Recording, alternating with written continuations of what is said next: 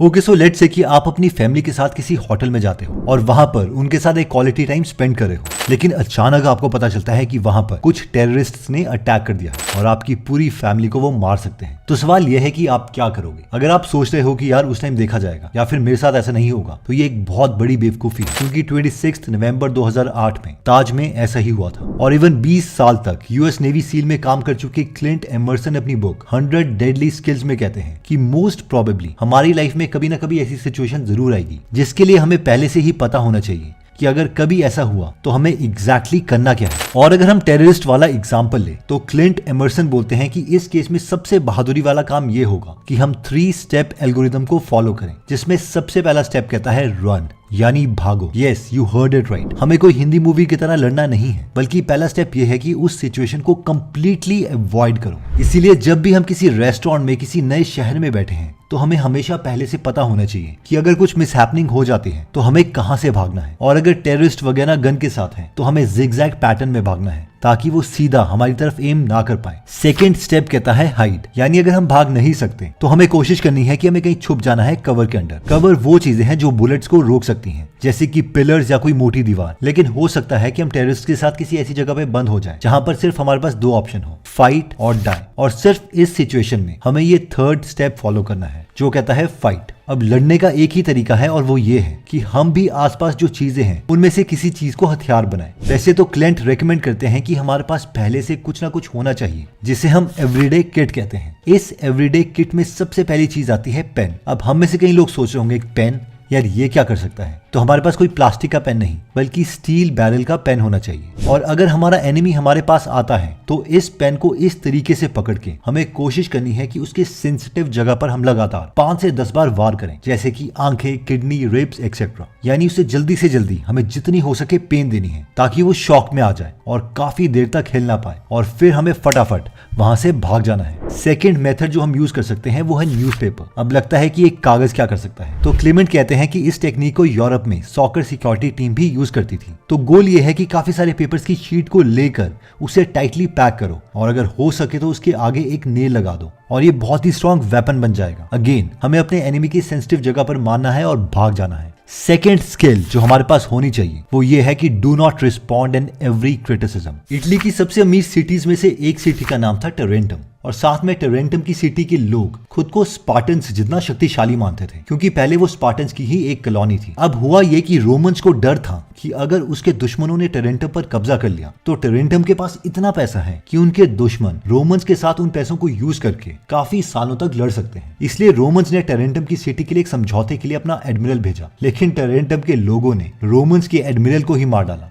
Romans को इस बात पर बहुत गुस्सा आया और उन्होंने टेरेंटम के लोगों पर वॉर डिक्लेयर कर दी। टेरेंटम की एक प्रॉब्लम थी कि उनके लोग बहुत सुस्त थे, उनके पास कोई रियल आर्मी नहीं थी, इसलिए उन्हें कोई और आर्मी का जनरल चाहिए था जो उनकी तरफ से रोमन्स के साथ लड़ाई कर पाए। स्पार्टन्स अपनी लड़ाइयों में बिजी थे, इसलिए वो टेरेंटम्स की मदद नहीं कर सकते थे। टेरेंटम्स ने एक बहुत ही स्किल्ड वॉरियर चुना और इस राजा का नाम था पेरस। पेरस अलेक्जेंडर द ग्रेट के सेकंड कजन थे, और बहुत से लोगों का मानना था कि पेरस अलेक्जेंडर की तरह ही एक ग्रेट वॉरियर है। पेरिस को मनाने के लिए टेरेंटम्स के लोगों ने उससे काफी वादे किए कि वो उसे बहुत से पैसे देंगे, इवन रोमन्स के साथ लड़ाई करने के लिए एक स्ट्रॉन्ग आर्मी देंगे, और अगर पेरिस ये लड़ाई जीत जाता है तो वो इटली का राजा बन सकता है, एंड सो ऑन। ये सब सुन के पेरिस लड़ाई के लिए मान गया, लेकिन जब वो अपनी आर्मी लेके आया तो उसने देखा कि टेरेंटम्स के लोगों ने उसका बेवकूफ बनाया है और उनके पास कोई आर्मी है ही नहीं। ये देखकर उसने खुद ही वहां के कुछ लोगों को रिक्रूट किया और आर्मी तैयार करी। जब रोमन्स के साथ उसकी पहली लड़ाई हुई तो पेरिस हाथी लेके आ गया, और रोमन्स ये देखकर डर गए क्योंकि उन्होंने हाथी के ऊपर बैठे हुए सोल्जर्स के साथ कभी भी लड़ाई नहीं की थी, जिसकी वजह से पेरिस ये वॉर जीत गया। लेकिन इस लड़ाई में उसके मेन जनरल्स मारे गए। इस वॉर के तुरंत बाद ही रोमन्स ने एक और आर्मी पेरिस के साथ लड़ने के लिए भेज दी। पेरिस की आर्मी ने रोमन्स को दोबारा से हरा दिया, लेकिन इस वॉर के बाद उसे बहुत चोटें आई और उसने ये तक कह दिया कि अगर एक और बार हमने रोमन्स को हराया तो हम पूरे तरीके से बर्बाद हो जाएंगे। इसके बाद भी पेरिस ने बहुत सी लड़ाइयां जीती, लेकिन फाइनली वो बैटल में मारे गए।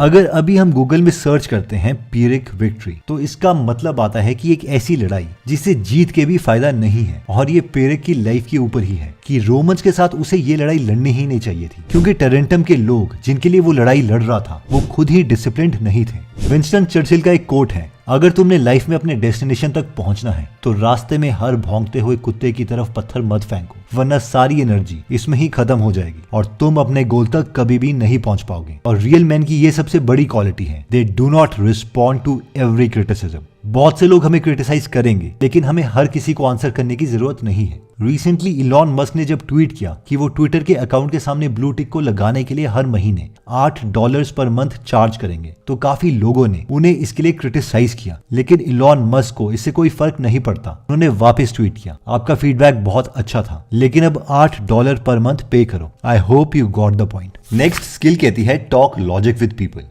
Recently Indian software engineer Pranay Pathole Twitter और लिंक पर काफी फेमस हो रहे थे, क्योंकि उन्होंने इलॉन मस्क के साथ ये फेमस फोटोग्राफ खिंचवाई। सबको हैरानी इस बात की थी कि इलॉन मस्क इनसे क्यों मिले, और हर बार जब प्रणय इलॉन को ट्वीट करते हैं तो वो उसका रिप्लाई क्यों करते हैं। तो जब प्रणय से ये पूछा गया तो उन्होंने कहा कि पता नहीं, शायद इलॉन को मेरे क्वेश्चंस अच्छे लगते हैं इसलिए वो रिप्लाई करते हैं। तो एक्चुअल में हुआ ये कि पहली बार जब प्रणय ने इलॉन मस्क को ट्विटर में पूछा था कि तुम्हारी टेस्ला गाड़ी की विंडशील्ड में एक गलती है, तो इस पर इलॉन मस्क ने रिप्लाई किया, यस, इसे हम नेक्स्ट वर्जन में फिक्स कर देंगे। और इसके बाद से इलॉन प्रणय के ऑलमोस्ट हर ट्वीट को रिप्लाई करते हैं। एक्चुअली बात यह है कि इलॉन से जब भी कोई लॉजिकल क्वेश्चन पूछता है तो इलॉन मैक्सिमम टाइम उसे रिप्लाई कर देते हैं। फॉर एग्जांपल, एक बार एक ड्राइवर ने कंप्लेन की कि मैं अपने बच्चों को टेस्ला कार में लेके गया था, लेकिन इसके पुअर एयर कंडीशन के कारण हमें बहुत गर्मी लगी। तो इसका जवाब भी इलॉन ने बहुत जल्दी दे दिया। In short, in case studies का पॉइंट ये है कि अगर हमें कोई लॉजिकल कॉन्वर्सेशन के लिए कोई इंसान लाइफ में मिलता है तो हमें उससे बात करनी चाहिए, चाहे वो किसी भी बैकग्राउंड का हो। नेक्स्ट मोस्ट इंपॉर्टेंट स्किल आती है मनी मेकिंग कैपेसिटी। अब ये कड़वी बात है, लेकिन ये सच्चाई है कि एज अ पर्सन लोग हमें सक्सेसफुल तभी मानते हैं जब हमारे पास पैसा कमाने की स्किल है। अगर हम बहुत एजुकेटेड भी हैं, बहुत लॉजिकल बातें भी करते हैं, लेकिन अगर हमारे पास पैसे नहीं है तो सोसाइटी हमें उतनी वैल्यू नहीं देती। इसलिए हमें स्किल में काम करना ही पड़ेगा। शुरू में हम स्टार्ट कर सकते हैं कि एक एसेट और लायबिलिटी में क्या डिफरेंस है, एसेट्स हम कैसे बना सकते हैं, बेसिक इन्वेस्टमेंट से लेके हम स्टार्टअप्स कैसे बना सकते हैं, एंड सो ऑन। एक सबसे अच्छा सोल्यूशन इसका ये है कि इस सब्जेक्ट में जो एक्सपर्ट्स हैं उन्हीं से हम ये सब सीखें, यानी उनकी बुक्स पढ़ें। इसके लिए गीगल एप्लीकेशन भी है, लेकिन इसके बारे में हम आगे बात करेंगे। नेक्स्ट स्किल कहती है कि assume that the person you are listening to might know something that you don't. मेरा एक फ्रेंड है जिससे मेरी कुछ महीने पहले अमेज़न क्लाउड से रिलेटेड स्किलिंग के बारे में बात हो रही थी। तो ऑब्वियसली कंप्यूटर्स मेरी स्ट्रीम नहीं है, बट मेरे कुछ पॉइंट रखने के बाद ही इमीडिएटली उसने मुझे रोक दिया और अपना पॉइंट रख दिया और कहा, भाई ऐसा नहीं है, मैं ये सारी चीजें जानता हूँ,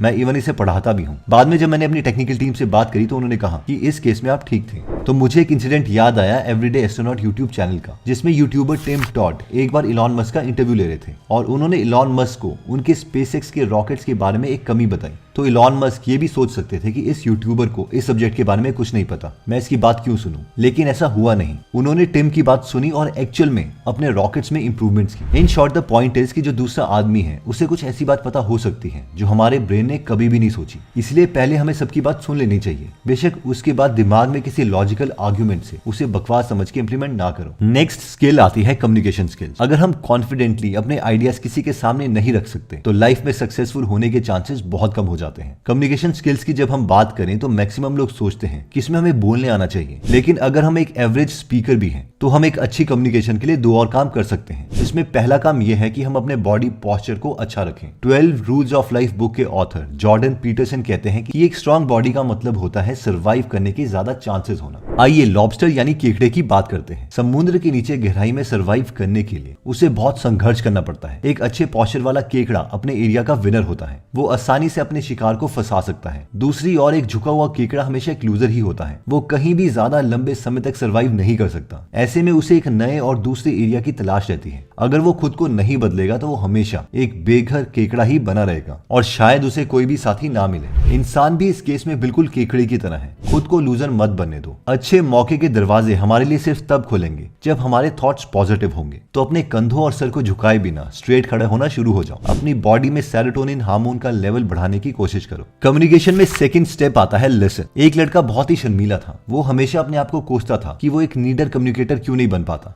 लेकिन फिर उसने नोटिस किया कि उसकी माँ कम्युनिकेशन में बहुत अच्छी है और वो जिनसे भी बात करती है लोग उनके दोस्त बन जाते हैं। जब उसने अपनी माँ से पूछा कि माँ आप ऐसा कैसे कर सकते हो जिससे आप सबके दोस्त बन जाते हो, तो इस पर उसकी माँ ने कहा कि दोस्त बनाना तो बहुत ईजी है, बस लोगों की लाइफ में जो चल रहा है उसमें इंटरेस्टेड हो जाओ और उसी टॉपिक पर बात करते रहो जिसमें वो इंटरेस्टेड है, और वो थोड़े दिनों में तुम्हारे बेस्ट फ्रेंड बन जाएंगे। तो दोस्तों इस वीडियो में हमने टोटल 6 स्किल्स देखी, जिसमें सबसे पहली स्किल थी कि अगर कोई भी बहुत डिफिकल्ट सिचुएशन में है तो इसमें 3 स्टेप प्रोसेस को फॉलो करो, जो कि था run, hide and fight. Second skill कहती थी कि हर क्रिटिसिज्म को रिस्पॉन्ड ना करो। थर्ड स्किल कहती है कि लॉजिकल लोगों के साथ कम्युनिकेट करो। फोर्थ स्किल था कि मनी मेकिंग कैपेसिटी अपनी इंक्रीज करो। और अगर हम अपनी फाइनेंशियल लाइफ को इंप्रूव करना चाहते हैं तो हम सारी most famous financial books Hindi या इंग्लिश में सुन सकते हैं गीगल एप्लीकेशन पर। और इस ऐप को 1,38,000 लोगों ने 4.8 स्टार की रेटिंग दी है, जिसका मतलब है कि ये एप्लीकेशन ऑलमोस्ट परफेक्ट है। तो अगर आप अपनी नॉलेज में इन्वेस्ट करना चाहते हैं तो इस एप्लीकेशन का लिंक हम डिस्क्रिप्शन या फर्स्ट कमेंट में दे देंगे, जहां से आप इसे डाउनलोड कर सकते हैं। फिफ्थ स्किल कहती है कि जिससे भी बात करो तो ये सोच के करो कि उसे कोई ना कोई ऐसी बात जरूर पता है जो आपको नहीं पता। और सिक्स्थ स्किल ये है कि अपनी कम्युनिकेशन स्किल को बेटर करो। और कम्युनिकेशन सिर्फ बोलने से ही नहीं बल्कि बॉडी लैंग्वेज और लिसनिंग से भी इंप्रूव होती है।